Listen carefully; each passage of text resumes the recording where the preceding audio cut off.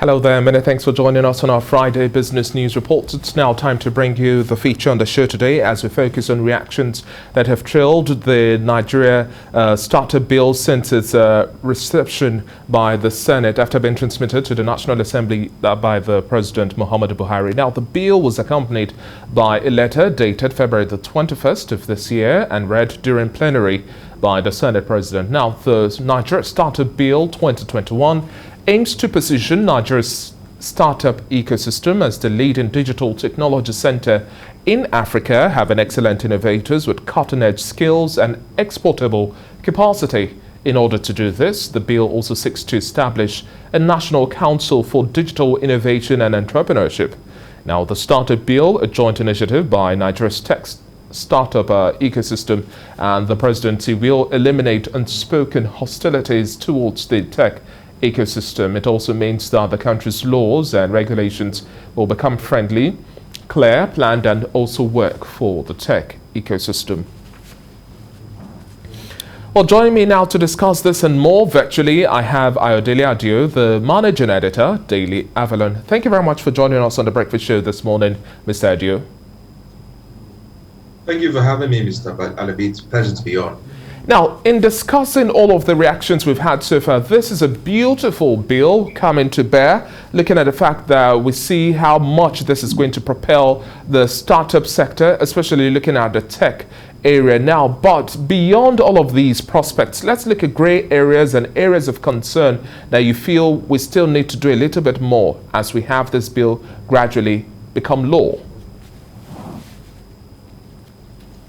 Yeah, I mean, first of all, I think it's important that we create awareness for this bill and the potential that this bill carries, because it looks like a lot of young people across the country who this bill is actually designed to benefit have very little information or knowledge of what the bill, pretends for them and their future.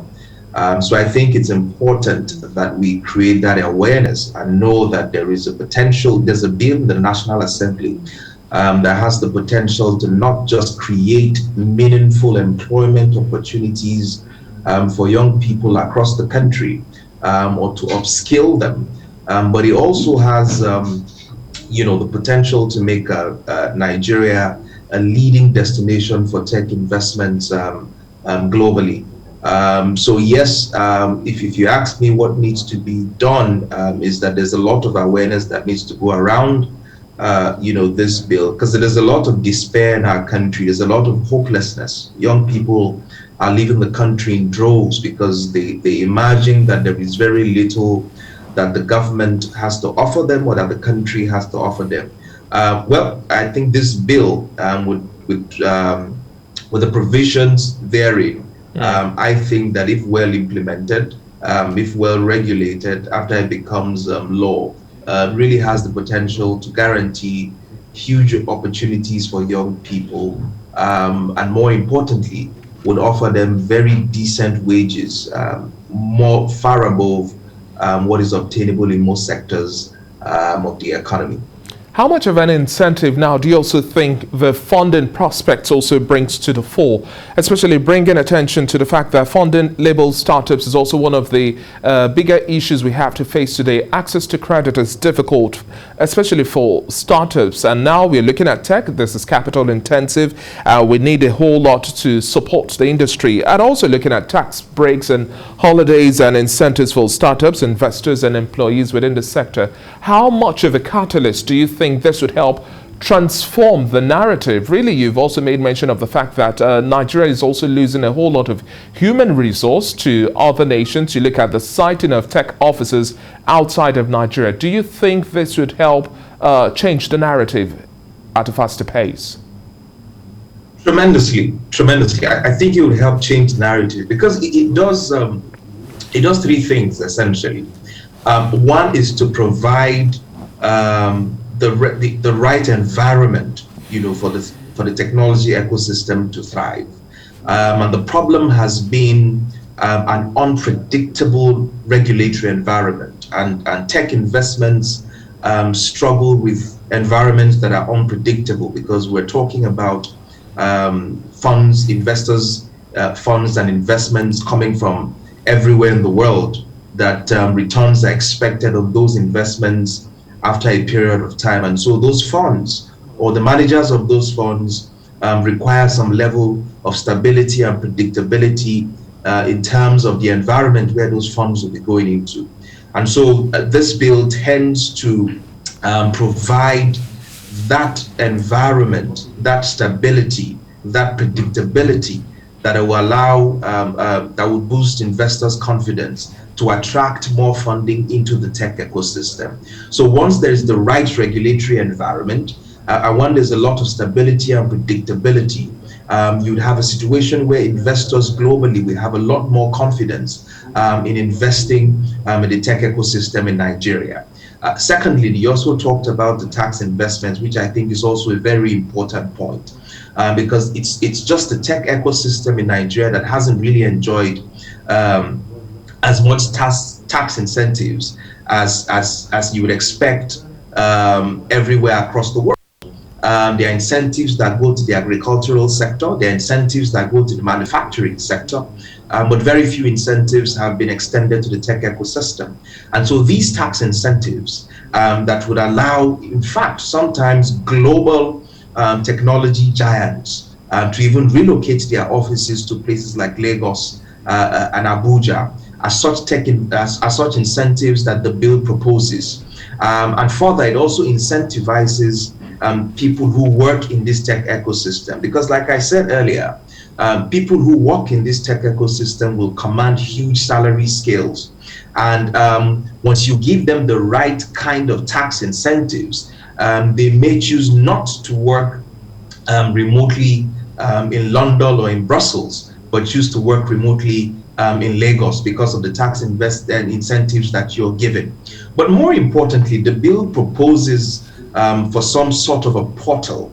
And in that portal, there is a consultative forum that is made up of people from the tech ecosystem, people from the federal government, investors, angel investors, where tech startups can have access to information for funding opportunities, whether it's from the government or from the private sector or from angel investors, and can also bring itself up to speed with knowledge as to how to grow their startups or to opportunities or accelerator programs that they can key into to either expand or scale their startups, or to attract funding. So these are some of the opportunities inherent in the bill that can be explored by technology startups, okay. And I think is worth exploring. And let's also look at the bigger picture of the Internet of Things today. Now we're having smart cities, we're looking at innovations being propelled by technology, but we cannot alienate the role of research and development from training and capacity building, which this bill hopes to also achieve through NITDA, that's the National Information Technology Development Agency. Now it's expected to also design trainings and capacity development programs for startups and also work with tertiary institutions. Now, in getting things right, how much of a resource base do you think we have to have in terms of training now, being up to date? Yes, Nigeria is trying to put its best foot forward, but we're not yet at the part of advanced countries and economies where technology really has been leveraged on heavily. How do you see us using local content through, especially in this training? Okay, I think you broke. I couldn't hear you at some part, but if I heard the question correctly, you were talking about how we could use local content to help train. Human yes, resources exactly. to help. Fantastic. So, and I think this is one of the cardinal pillars of this bill, which speaks directly to capacity building, knowledge sharing, and human capital development, which is a critical aspect of scaling Nigeria's tech ecosystem, because without the requisite capacity and capabilities, it will be impossible to compete globally or to scale investments in Nigeria.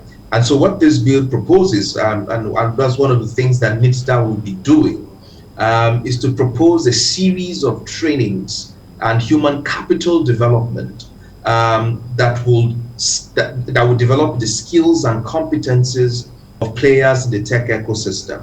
And what they're also proposing is to do this much more earlier, which is to first start by building skills from people in primary and secondary schools, and of course take the skill development program into higher levels in the tertiary institutions, where there's a lot more focus on people who want to play in the digital economy and to build those skills and capabilities across our tertiary institutions. And so that when these people graduate and come into the labor market, they already have some basic skills that can enable them play competently in the digital economy.